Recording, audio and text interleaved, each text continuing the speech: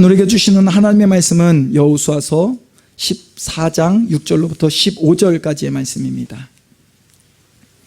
여호수아서 14장 6절로부터 15절까지의 말씀을 교독해서 함께 봉독합니다.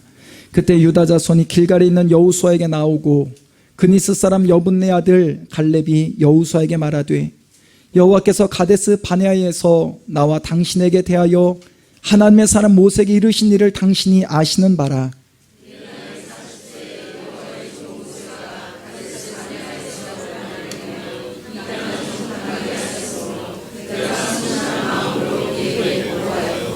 나와 함께 올라갔던 내 형제들은 백성의 간담을 높게 하였으나 나는 내 하나님 여호와께 충성하였으므로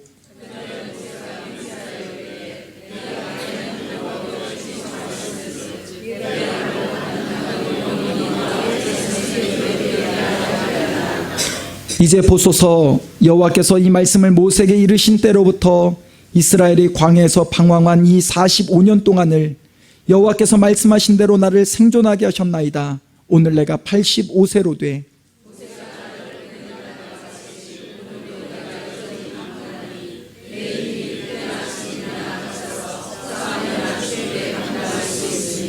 그날에 여호와께서 말씀하신 이 산지를 지금 내게 주소서. 당신도 그날에 들으셨거니와 그곳에는 아낙 사람이 있고 그 성읍들은 크고 견고할지라도 여호와께서 나와 함께 하시면 내가 여호와께서 말씀하신 대로 그들을 쫓아내리이다 하니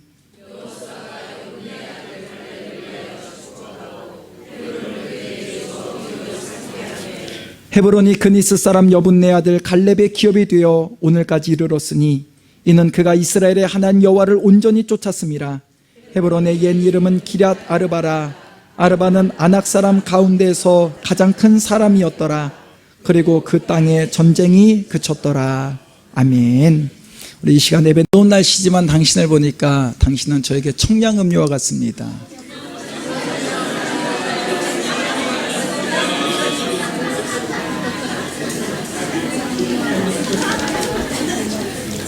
어제 잠들 잘 주무셨습니까? 예. 어제 저도 한 3번은 깬 것 같습니다. 자다가 창문 열고 비 와서 문 닫고 또 선풍기 틀고 자고 정말로 무더운 날씨 가운데도 그러나 이 거룩한 성일 이 시간에 하나님께서 주시는 그 뜨거운 성령의 열기가 여러분들 마음 가운데 채워질 뿐만이 아니라 그 마음을 가지고 많은 믿음의 사람들 대할 때 여러분이 또 그들 가운데는 청량 음료와 같이 시원함을 전해줄 수 있는 축복의 통로가 되시기를 주님의 이름으로 축복을 드립니다. 사람은 저마다의 어떤 한계를 나름대로 가지고 있습니다. 그리고 그 한계라고 하는 경계선을 넘어서느냐 넘어서지 못하느냐에 따라서 그 사람의 능력이 향상되기도 하고 또는 그 자리에 머물러 있기도 하고 어쩌면 도태되는 그러한 자리에까지 나아가기도 합니다. 그런데 우리의 몸은, 이건 뭐 저의 생각입니다. 우리의 몸은 어떤 그 한계라고 하는 그 기준선을 넘어서려고 하기보다는 내가 그 어느 정도의 한계점에 온 것에 대해서까지 그냥 만족하려고 하는 모습이 우리 가운데 있지 않나. 그 한계선을 뛰어넘으면 그만큼의 능력들이 우리 가운데는 주어지지만 그것을 뛰어넘는 것이 결코 쉬운 일은 아니죠. 그렇기에 나는 그냥 이 자리에 있는 것을 만족하고 안주할 때가 있습니다. 그럼에도 불구하고 그 한계선을 뛰어넘고자 하는 사람들이 있기 때문에, 그 한계선을 뛰어넘고자 도전하는 사람들이 있기 때문에 발전에 발전을 거듭해 오고 여전히 지금도 그 한계라고 하는 부분을 뛰어넘기 위해서 몸부림치는 사람들은 우리 주변에 있습니다. 요즘 광주에서는 하계 유니버시아드 대회가 지금 진행 중에 있습니다. 며칠 전 육상 종목의 많은 부분 가운데 100m에서 한국 신기록이 새롭게 수립이 되었습니다. 김구경이라고 하는 사람이 5년 전에 세웠던 자신의 기록을 0.06초, 0.07초를 단축해서 10초 23의 기록을 10초 17이라고 하는 그러한 기록으로 또 새롭게 수립을 하게 되었습니다. 5년 전에 세우기까지 한국 100m 신기록은 10초 34의 기록을 가지고 있었습니다. 이 기록은 1979년도에 그 서말구라고 하는 사람이 세웠던 기록입니다. 제가 전에 한번 이 부분에 대해서 살펴보았을 때 이 남아메리카 어느 쪽에서 열렸던 세계 대회에서 수립한 기록입니다. 그 기록이 31년 동안 깨어지지 않았다는 거예요. 왜 30년이 지나도록 이 신기록이 깨어지지 않느냐라고 나름대로 분석했는데 그 당시의 경기장에 어떤 환경적인 요인이 컸다라고 이야기합니다. 그러니까 선수에게 있어서 어떤 이 저항이 좀 덜 받는가? 그런 어떤 이유 때문에 그 신체적인 조건이 좋아짐에도 불구하고 이 기록이 31년 동안 깨어지지 않았다는 거죠. 그리고 이 기록이 드디어 5년 전 김구경이라고 하는 선수에 의해서 깨어지게 되었고, 또 이번 하계 유니버시아드 대회에서 또 단축되는 기록이 되었습니다. 근데 여러분, 이 100m라고 하는 기록이 1968년도까지만 해도 육상 전문가들 또 스포츠 과학자들은 이렇게 이야기했습니다. 인간의 벽은 10초를 넘어설 수 없다. 이것이 스포츠 과학자들과 또 육상 전문가들이 내렸던 결론이었습니다. 그런데 이 기록이 1968년 멕시코 올림픽에서 짐 하인즈라고 하는 미국 선수에 의해서 드디어 10초 벽대가 무너지죠. 그 선수는 9초 95라고 하는 기록으로 10초 벽, 인간은 10초 벽을 넘어설 수 없다라고 했지만 그 벽을 넘어섰습니다. 그리고 이 9초 95라고 하는 기록은 또다시 15년 동안 깨어지지 않았어요. 그때도 또다시 이 스포츠 전문가들과 또 이 과학자들과 육상 전문가들은 이런 결론을 또다시 내립니다. 인간이 아무리 빨라야, 뭐 신체적인 여러 조건을 가지고 컴퓨터에 대입을 해서 나온 결론은 인간이 아무리 빨라야 9초 75는 깰 수 없다. 이것이 그 어떤 육상 전문가들 또 스포츠 과학자들이 내린 결론이었습니다. 그렇지만 그 기록은 불과 얼마 지나지 않아서 9초 74라고 하는 기록에 의해서 깨어지게 되었죠. 여러분, 오늘날 세계 신기록은 자메이카의 우사인 볼트라고 하는 선수가 9초 58이라고 하는 세계 신기록을 가지고 있습니다. 우리나라와는 아직도 여전히 약 1초 가까이 차이가 있지요. 여전히 우리나라는 10초 벽대를 무너뜨리지 못하고 있습니다. 얼마 전 저희 큰아이에게 너는 꿈이 뭐니? 라고 물었습니다. 많이 바뀌어요. 한때는 목사가 되겠다라고 한동안 이야기했습니다. 그랬던 이 친구가 이제는 그 탐험가가 되겠다라는 거예요. 그러면서 매주 금요일 저녁마다 정글의 법칙을 봅니다. 지난 금요일에도 정글의 법칙을 봐야 된다. 그래서 저희 둘째가 그러면 나는 정글의 법칙을 안 보니까 나는 내 프로를 보겠다. 결국 싸워서 제가 TV를 빼버렸습니다. 일주일 동안 우리는 TV 금식이다. 만약에 이것 때문에 또 싸우면 나는 하루하루 연장할 거다. 그리고 더 나아가선 TV가 우리 집에는 없을 거다. 이런 선포를 했습니다. 그러면서 달리기를 이제 반 아이들 가운데는 잘 하니까, 그래서 이제 봉이 초등학교 4학년 대표로도 나가서 그런 얼마 전에 그 체육 중고등학교에서 열렸던 대회까지 참여를 했습니다. 결선에 나가진 못했죠. 그리고는 저희 아이가 와서 아빠, 나 중학교 체육 중고등학교 가면 안 돼? 라는 거예요. 굉장히 좋아 보였던 것 같습니다. 그냥 가면 춘천 중학교를 가겠지만 거기 갔다 오고 나서는 학교가 굉장히 좋아 보였는지 체육 중고등학교를 가겠다는 거예요. 제가 이렇게 이야기했습니다. 귀찮아, 그럼 너는 내년도에 적어도 춘천시 대회에서는 1등을 해야 된다. 그리고 더 나아가서는 내가 그 학교까지 가려고 한다면 이 강원도권 안에서 그래도 세 손가락 안에는 들어야 내가 그 학교에 갈 수 있는 조건이 된다라는 이야기를 했어요. 그러면서 이제 우리나라 선수가 10초 16이라고 하는 그 기록을 가지고 있는데, 세계 선수는 우사인 볼트보다 네가 더 뛰어나려고 하면 너는 더 열심히 해야 돼. 그리고 그는 신체 조건이 너무나 좋아. 우리하고는 그런 신체 구조가 달라. 그래도 자기는 우사인 볼트보다 더 빨리 달릴 수 있다는 거예요. 그러면 너 열심히 먹어야 돼. 너 불평하지 말고 잘 먹어야 돼. 아니라는 거예요. 그래도 자기는 그 선수보다 더 빨리 달릴 수 있다라고. 꿈은 크지요. 뭐 현실은 어떻게 될지 모르겠지만 아이들은 계속적으로 바뀝니다. 여러분, 한계에 대한 부분을 어떤 사람들은 여기가 한계다라고 여기고 더 이상 도전하려고 하지 않습니다. 그것이 저의 모습이기도 했습니다.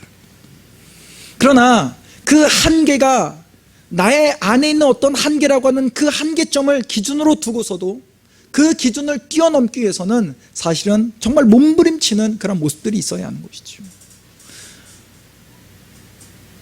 수년 전만 해도 우리나라 선수가 수영대에서 금메달을 딴다는 것 상상하지 못했던 일이지 않습니까?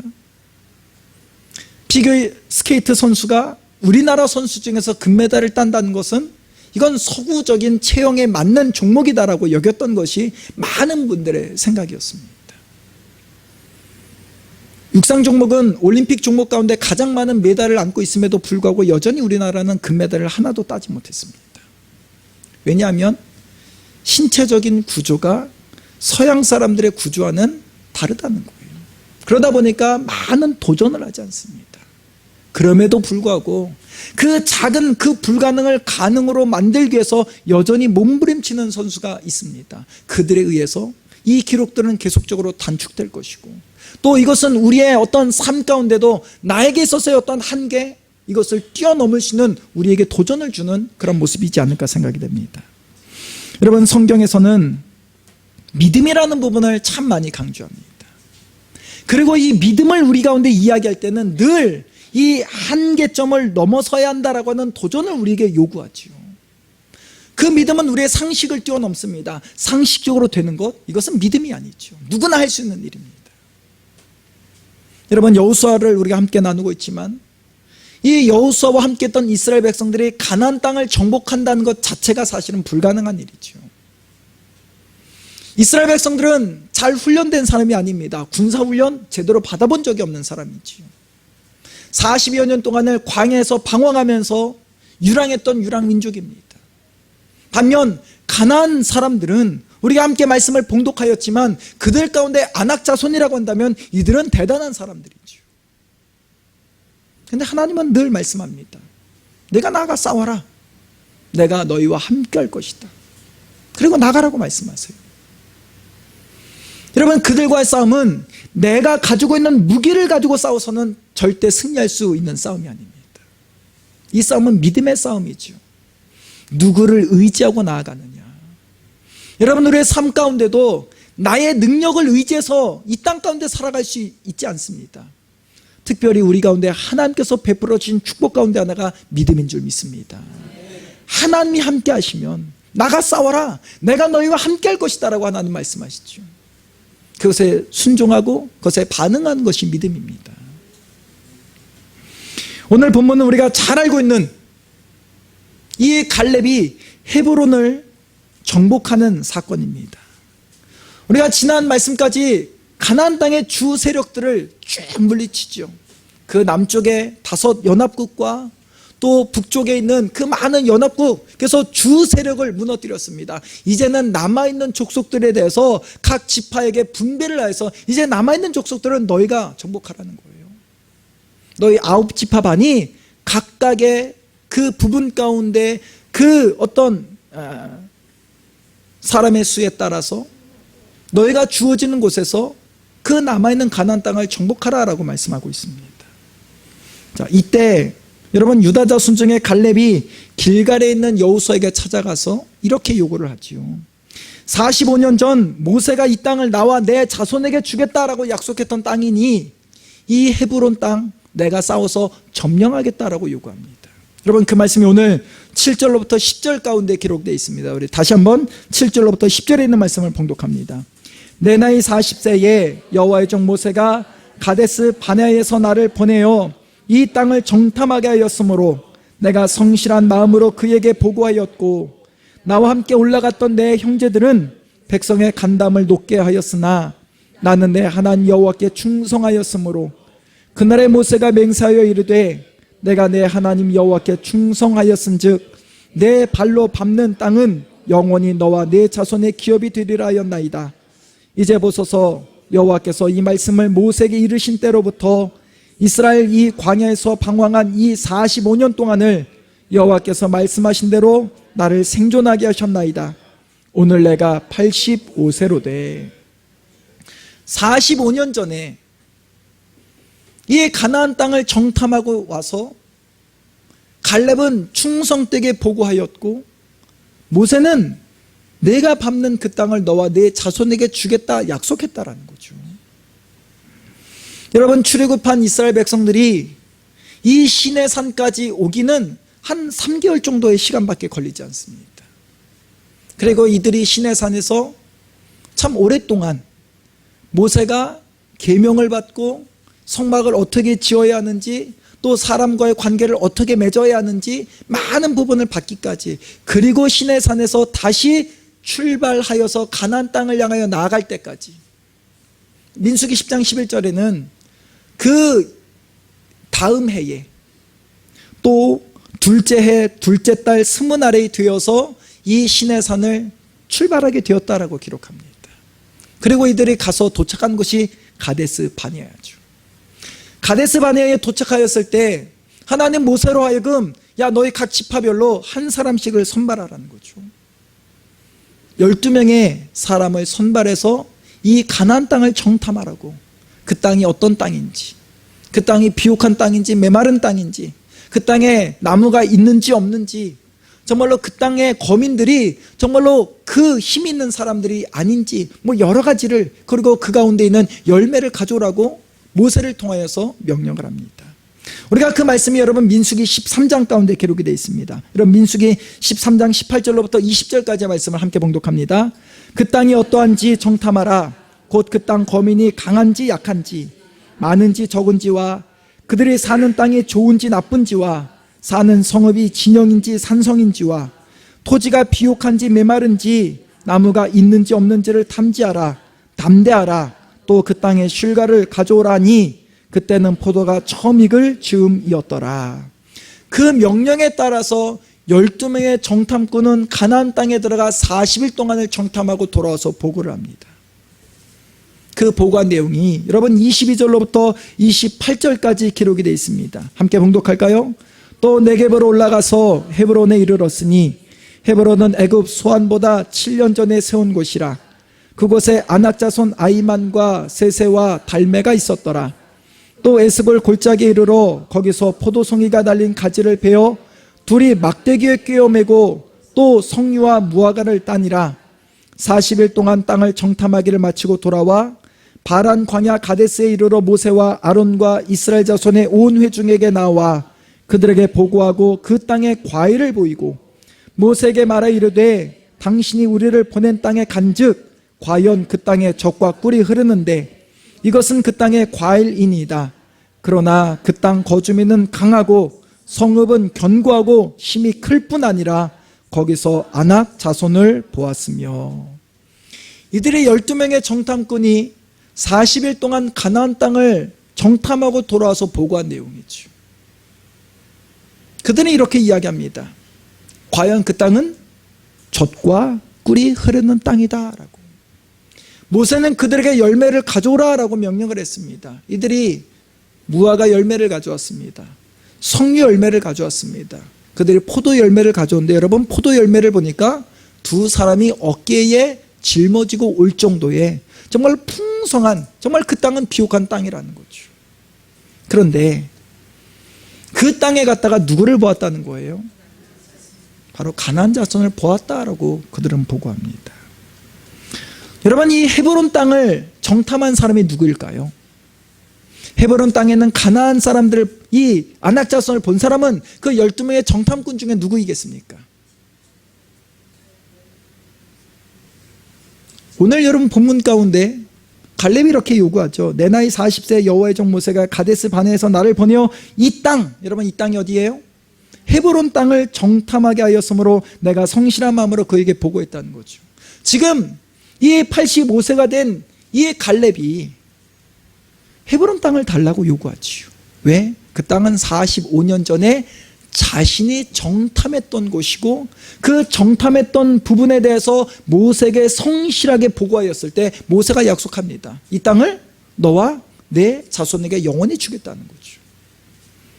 여러분, 헤브론 땅을 정탐한 사람이 누구입니까? 갈렙이에요.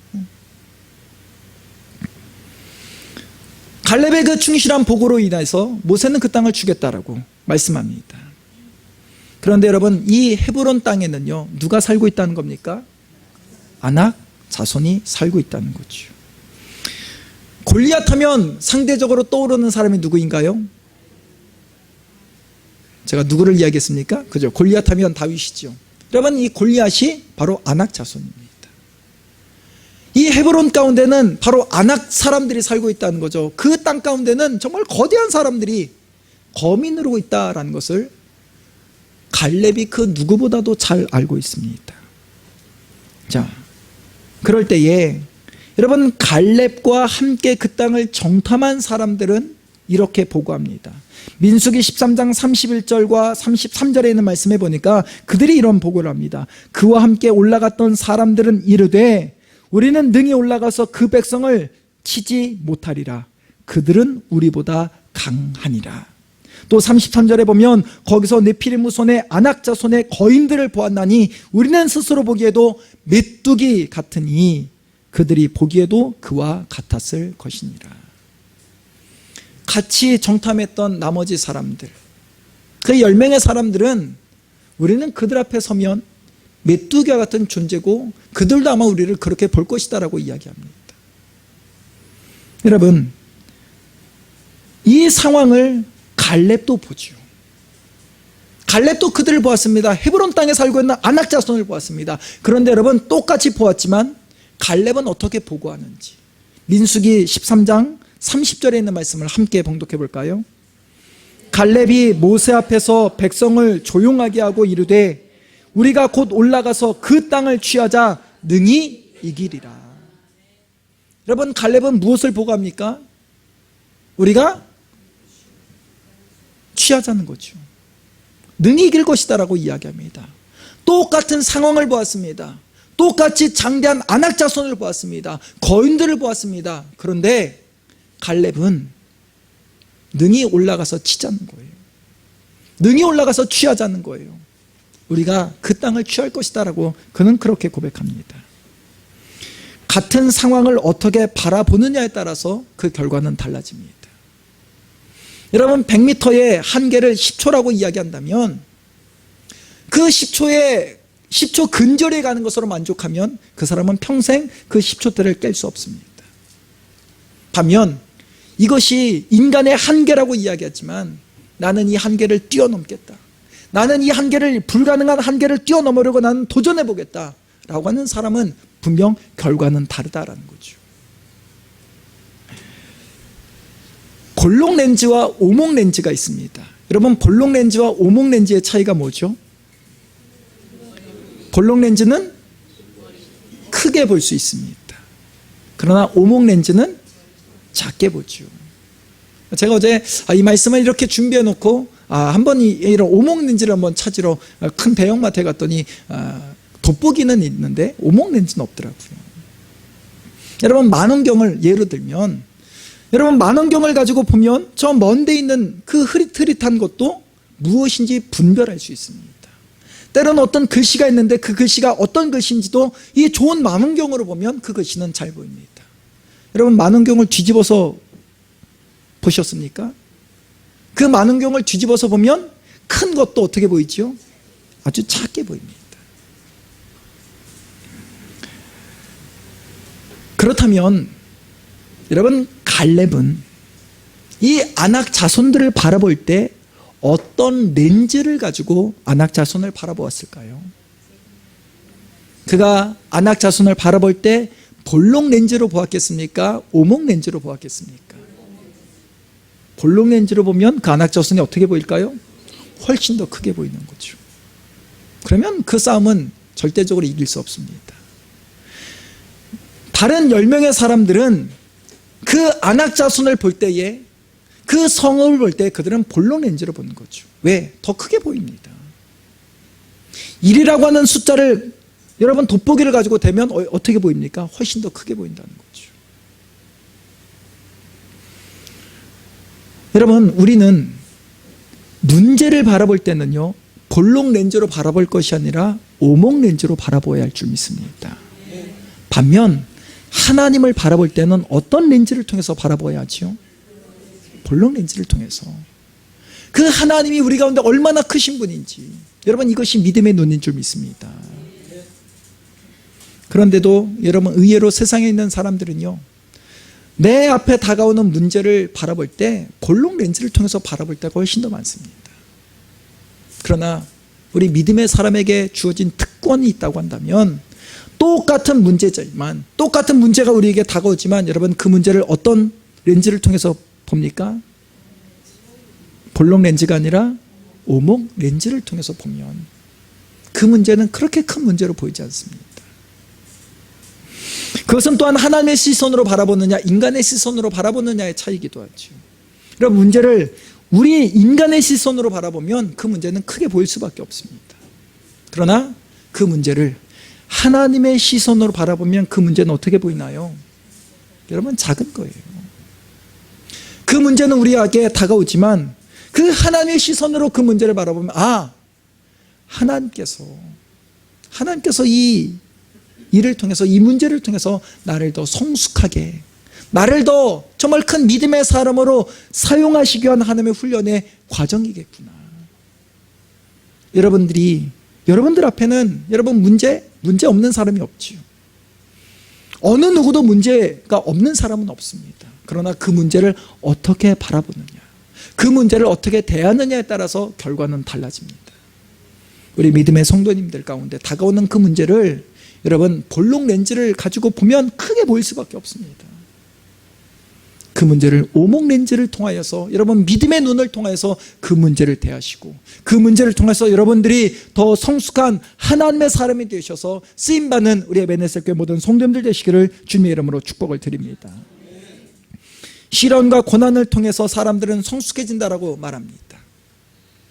정말로 좋지 않은 가정 환경에서 자란 아이들이 훨씬 더 빨리 성숙해진다라고 이야기하죠.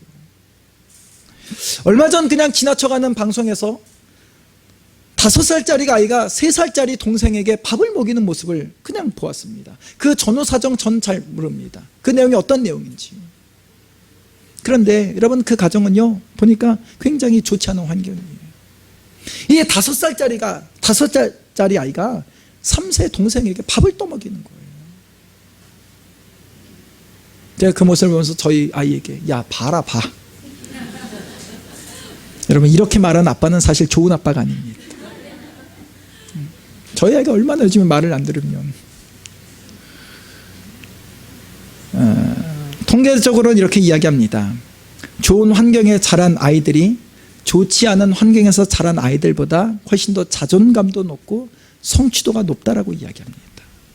상대적으로 좋지 않은 환경에서 자란 아이들은 자존감이 낮다는 거예요. 그런데 여러분, 이건 통계 자료일 뿐입니다. 여러분, 어떤 환경 가운데 있을지라도 믿음의 사람이 그 문제 가운데, 그 상황 가운데 있다고 한다면, 여러분 아무리 좋지 않은 환경 가운데 있다 할지라도 믿음의 사람들은 그것을 뛰어넘는, 그 한계를 뛰어넘는 그런 담대함이 있는 줄 믿습니다. 그런 사람 가운데는 비전이 보이는 거죠. 이것이 나에게 주어진 환경이야, 이것이 나의 전부야, 이것이 아닙니다. 하나님께서 함께 하신다면 그 문제를 문제로 보는 것이 아니라 이 문제의 환경을 통해서 더욱더 성숙한 하나님의 사람으로 쓰임받을 수 있지 않겠습니까? 시편 125편 5절은 이런 말씀을 합니다. 눈물을 흘리며 씨를 뿌리는 자는 기쁨으로 단을 거두게 된다라는 말씀이 있습니다. 여러분, 운동선수도 이렇게 이야기하죠. 땀 흘린 만큼의 결과가 있다라고 이야기합니다. 수고한 만큼의, 노력한 만큼의, 땀 흘린 만큼의 그 결과는 거짓말하지 않는다라고 이야기하죠. 여러분, 이것이 성경의 법칙이 아니겠습니까? 뿌리지 않은 곳에서 거두는 법칙은 없습니다. 뿌리는 만큼 거두는 것, 이것이 성경의 원리고, 눈물을 뿌린 만큼 여러분 기쁨의 단을 얻게 되는 일입니다. 가나안 땅을 믿음의 눈으로 바라봤던 사람은 두 사람입니다. 여호수아와 갈렙이지요. 여러분 민수기 13장 30절 아까 우리가 함께 말씀했던 것처럼 갈렙은 이야기합니다. 우리가 곧 올라가서 그 땅을 취하자 능히 이길 것이다. 여러분 누가 이야기했습니까? 갈렙이 이야기했어요. 여러분 여호수아가 이야기한 것이 아닙니다. 갈렙이 이야기했습니다. 그런데 여러분 그 결과는 어떻습니까? 여호수아와 갈렙, 여러분 여호수아는 모세의 뒤를 이어서 이스라엘 백성을 이끌어가는 지도자가 되었어요. 갈렙은 어떻게 되었습니까? 갈렙에 대한 기록은 45년 동안 갈렙에 대해서 어떤 삶을 살았다라고 하는 기록이 기록되어 있지 않습니다. 그가 어떤 일에 있었는지. 인간적으로 보면 갈렙이라고 하는 사람은 닭 쫓던 개 신세입니다. 낙동강 오리알의 신세예요. 그 땅을 취하자 능히 이길 것이다. 본인이 이야기했음에도 불구하고 여호수아는 지도자로 쓰임받는데 상대적으로 갈렙에 대한 기록은 나타나 있지 않습니다. 만약에 그 상황에 대해서 갈렙이 감정적으로 그 상황을 대했다고 한다면 엄청난 박탈감이겠죠. 야, 이 사람은 이만큼 쓰임받은 나는 뭐냐. 엄청난 실망을 안게 되지 않았을까. 만약 여러분의 갈렙의 입장이 있었다고 한다면 여러분은 어떻게 이야기했겠습니까? 그 박탈감, 그 상실감, 똑같은 이 믿음의 두 사람, 그런 가운데도 갈렙은 우리가 능히 취하자, 싸우자, 우리가 취할 것이다. 자신이 입으로 고백했음에도 불구하고 상대적으로 자신의 위치는 어떤 위치에 있는지 성경은 그에 대해서 기록하지 않습니다.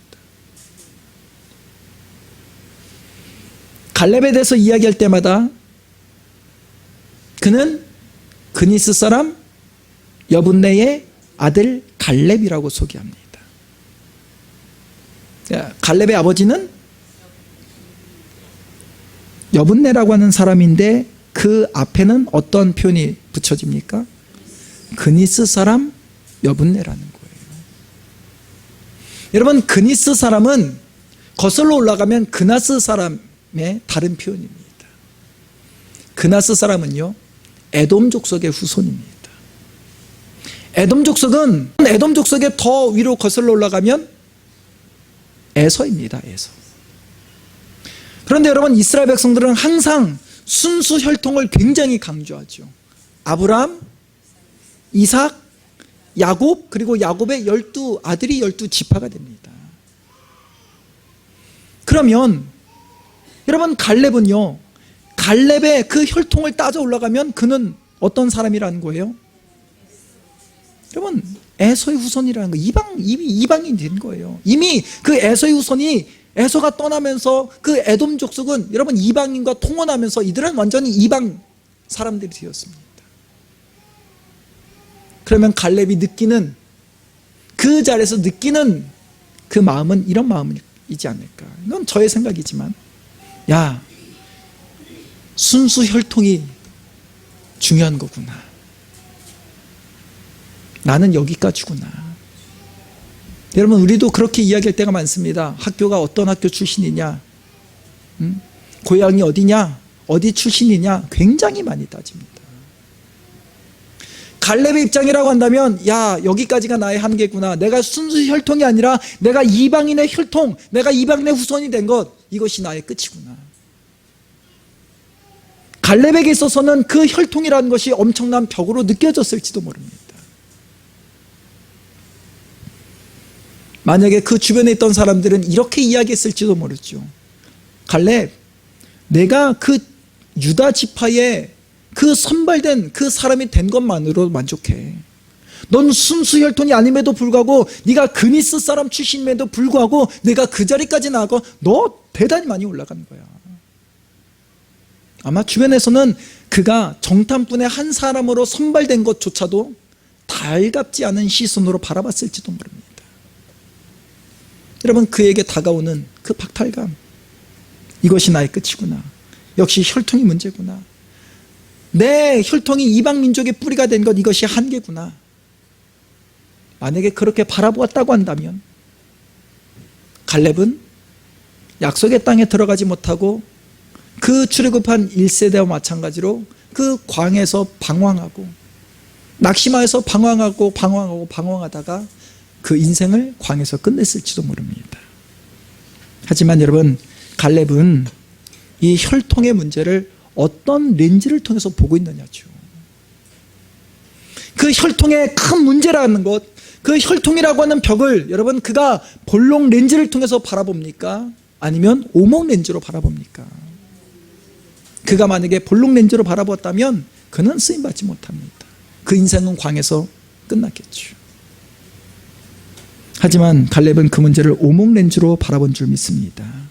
아무리 큰 문제일지라도 여러분 오목 렌즈, 오늘 돌아가셔서 여러분 혹시 가정 가운데 만환경이 있으시다면 여러분 한번 이렇게 제대로 보았다가 뒤집어 보십시오. 이만하게 보였던 것도 단지 그 동그란 원 안에 모든 것이 다 들어옵니다. 여러분 크게 보였던 것이 아무것도 아니라는 거죠. 이것이 믿음의 시선이요, 여러분 이것이 우리가 가져야 할, 어떤 렌즈를 통해서 세상을 바라보느냐, 어떤 렌즈를 통해서 우리 앞에 놓여져 있는 문제를 바라보느냐. 여러분 볼록 렌즈로 바라보면 너무나 크게 보인다는 거예요. 그러나 오목 렌즈로 바라보면 그 문제는 크게 보이지 않습니다. 하지만 의외로 우리는 하나님을 바라볼 때 볼록 렌즈를 통해서 바라보지 못하고 오히려 하나님을 바라볼 때 오목 렌즈를 통해서 바라보며 문제는 볼록 렌즈로 바라볼 때가 너무나 많이 있습니다.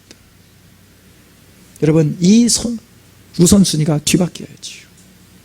하나님을 바라볼 때마다 볼록 렌즈로 바라보셔서 그 하나님께서 정말 내가 생각했던 것보다 훨씬 더 위대하시고 전능하신 그 하나님으로 바라볼 수 있는 우리 믿음의 성도님들 되시기를 주님의 이름으로 권면을 드립니다.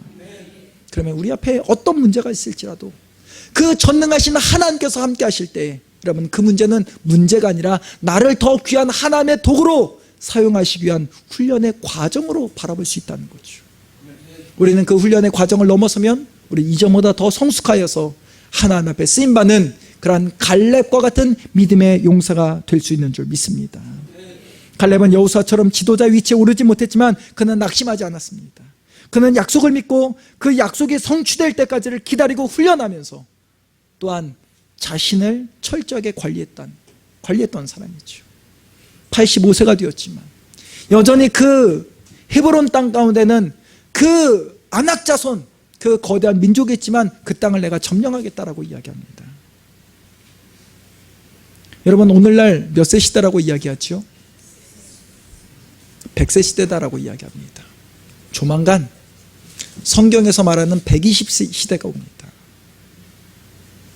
때문에 여러분 노인이라고 하는 표현을 예전에는 몇 세 이상이면 노인이라는 표현을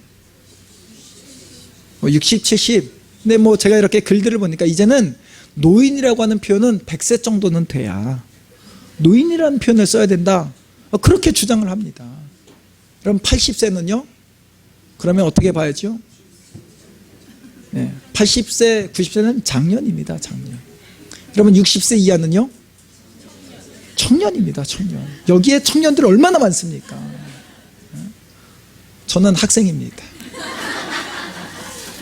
여러분 갈렙이 85세가 되었지만 그렇게 정정할 수 있었던 것, 쓰임받을 때를 기다리는 거죠. 분명 이 약속은 이루어진다라고 하는 그 분명한 그 약속을 믿고 그가 자신을 관리하고 준비하였기 때문에 그 헤브론 땅을 점령하는데 여러분 쓰임받게 된 줄 믿습니다. 여러분 문제보다 크신 하나님을 믿음의 눈, 여러분 볼록 렌즈를 통해서 그 하나님을 바라보시고 우리 앞에 펼쳐져 있는 그 문제는 오목 렌즈의 눈을 통해서 바라보셔서 우리가 더욱더 하나님 안에서 귀하게 쓰임받고 또 이 땅 가운데 하나님의 동역자로서 쓰임받는 우리 에베네셀 교회 모든 성도님들 되시기를 주님의 이름으로 축복을 드립니다.